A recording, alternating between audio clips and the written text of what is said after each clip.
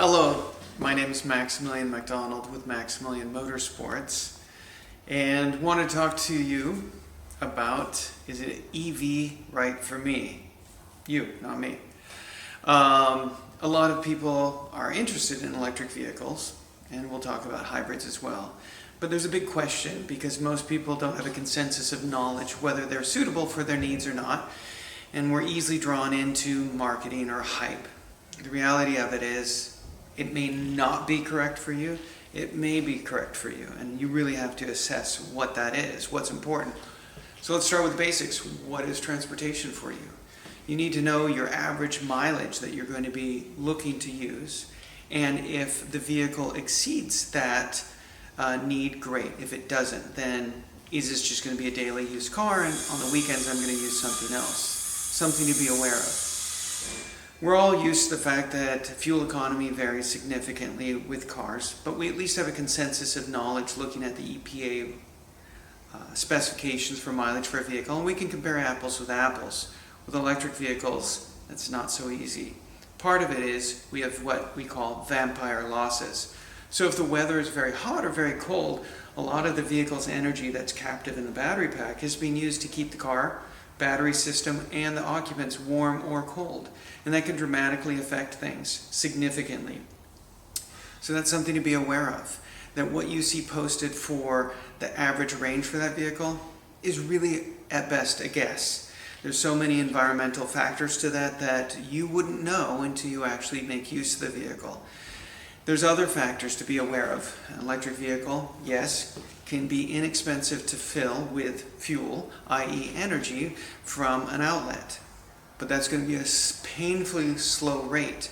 Now, if you only drive 40 miles a day, that's okay. You can plug it in at night and you're satisfied with filling it the next morning. But if you're driving 200, 300 miles, or you need to quickly take the kids to a basketball game that's 100 miles away, it may not be that easy. So part of that factor is you're going to have to spend some extra money for quicker charging. So there's basically 3 levels of charging. There's level 1, which you plug your car into literally an outlet. Very simple.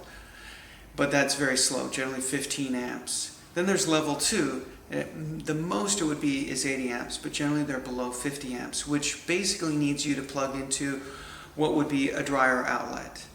Again, when you start adding something like that, your house may not have enough power to support that. If you are at a rental, there's not an easy way to access that. Maybe the fuse panel is in the garage where it's easy, or maybe it's not. If you live in an apartment, very difficult at that point. So just because you can plug it in and charge it, it may not be a viable car for you because you need to charge it quickly. So let's talk about another choice in there. It's supercharging. So Tesla has really changed the game by offering supercharging, which we've all seen the supercharging places along main corridors and all where you can quickly charge the car. But quick is a state of mind. It may take up to 40 minutes to charge the car. So in life we live with time and expense. Is it worth for you to save money by sitting there for 40 minutes? For some people, not so much. You're saving maybe $60, but maybe that $60 is more important to spend with your family, to make as an income, because maybe you make more than that. And then there's the fact of the matter is that it's a situation where you don't get to plan when that happens. So it may be at the most inopportune time, you have to go do something, but now you have to sit for 40 minutes. Not going to work well if you're going to miss the plane. So those are factors to be aware of. So what is your average mileage? Charging of the vehicle is important, and how quickly you have to have it recover for its charge is important. And realize that comparing one model versus another and what they state as a mileage is at best a guess. There's alternate choices that are better than electric vehicles for most people, and that's going to be a hybrid. Sort of the best of both worlds. You aren't solely using an electric vehicle, and you aren't solely using a gas vehicle. You have the unlimited range that gasoline offers, basically, and you haven't had to change your driving styles, which is very important because, again, you aren't looking to place yourself near supercharging and so forth. You can go about your merry way. So Hybrids are really a good choice for a lot of people. They add economy and range to a vehicle. They are generally more expensive. They sometimes add significant power output to the vehicle as well. The negative of them is that you have more complexity. You have basically 2 drive systems within a vehicle, and that's an expense. So maybe just a diesel car might be a choice that just inherently gets better fuel economy, or a gas vehicle that's good fuel economy. We are so sold in society of thinking, oh, it's helping the environment, it's helping with economy and everything. You have to really take cradle-to-grave viewpoints to everything. A used vehicle is better for the ecology than a new vehicle. It's already done its trauma.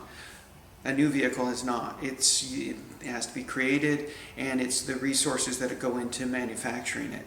So yes, you're not polluting with carbon coming from in terms of the exhaust and so forth, but you have to look cradle to grave. If you were genuinely interested in the welfare of the environment and its inhabitants, you probably grab yourself an old Volkswagen.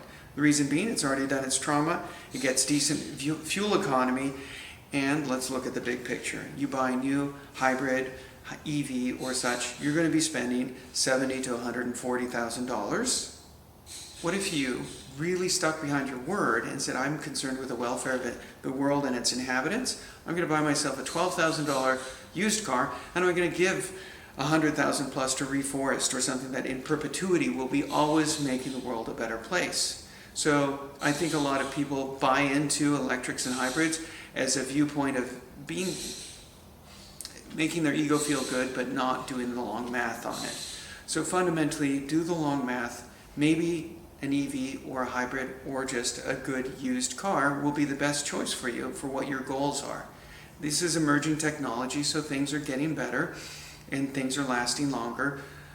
Every mechanical device out there has a pro and con. Electric cars have their issues. They are not maintenance free. There's a lot of things that you don't have to maintain, but they still have tires, suspension, brakes, windows, everything else that goes with it.